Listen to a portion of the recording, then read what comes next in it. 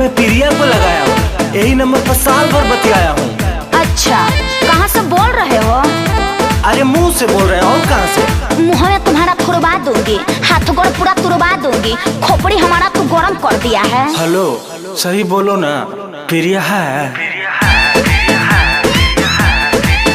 Hello, Priya है? अरे ये रॉन्ग नंबर है। 9 नंबर है, हम गिन के 10 नंबर लगाए हैं और तुम कल ही से कह रही हो कि 9 नंबर है। तू आदमी है कि बंदर है? लगता है मुझे तूने दारू पिया है। का है?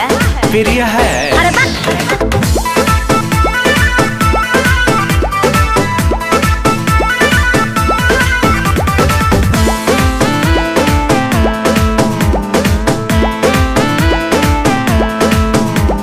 लगता है तूने मुझे छीन लिया है, प्रिया का मोबाइल तूने छीन लिया है। बतिया हमारा कहे मानती नहीं, बढ़िया से मुझे पहचानती नहीं। बोलेगा ज्यादा मारेंगे तबड़ा की कनपटिया झनझन आ जाएगा।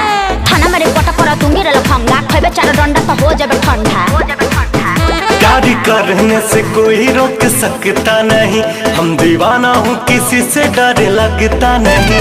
तेरा प्यार वाला भूतवा उतार दूंगी मैं, मिल जाएगा तो तेरे को सुधार दूंगी मैं। फौसरी लगा के भले मैं तो झूल जाऊंगा, प्रिया को बाकी मैं कभी ना भूल पाऊंगा। तबला तेरे समझाऊं कैसे, तुमको भरा में है बताऊं कैसे, मैंने तेरे प्रिया का ठिकाना नहीं लिया है।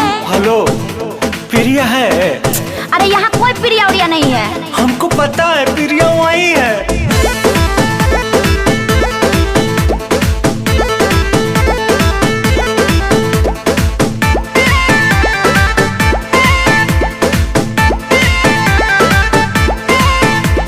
रात भर हम नहीं सोया हूँ, प्रिया के लिए बड़ी रोया हूँ। उसको जो कोई तकलीफ होगा जान लो कि तनिको ना ठीक होगा।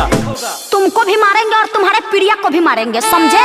इतना बता दे खाली कहाँ तेरा घर है, पता चल जाएगा तू कैसा लोग घर है। यदि बात न कराओगी तो आऊंगा वहीं, मैं तो प्रिया के बिना रह पाऊंगा नहीं। प्यार करने का झूठा ही ड्रामा करते हो, बन के रोड छापा मजनू हंगामा करते हो। बड़ी पछताओगी जो कुछ कर जाऊंगा, माहुर खा के तो हरी दुआरी मर जाऊंगा। करोगे बिया है जो दिखाओगे कसम, प्रिया से बात करवाए तब हम, उसको फंसा के खाली मजा तूने लिया है। तो हार प्रिया हमार जान है प्रिया। ये बताओ उसके लिए तूने क्या किया है? अरे जिससे तुम बतिया रही हो मोबाइलिया हम ही ने दिया है, बोलिए ना प्रिया है। हाँ तो लो बतिया लो अपनी प्रिया से। हेलो प्रिया, ये सब कहाँ हो रहा है? तुम हंस रही हो, हमारा दिल रो रहा है।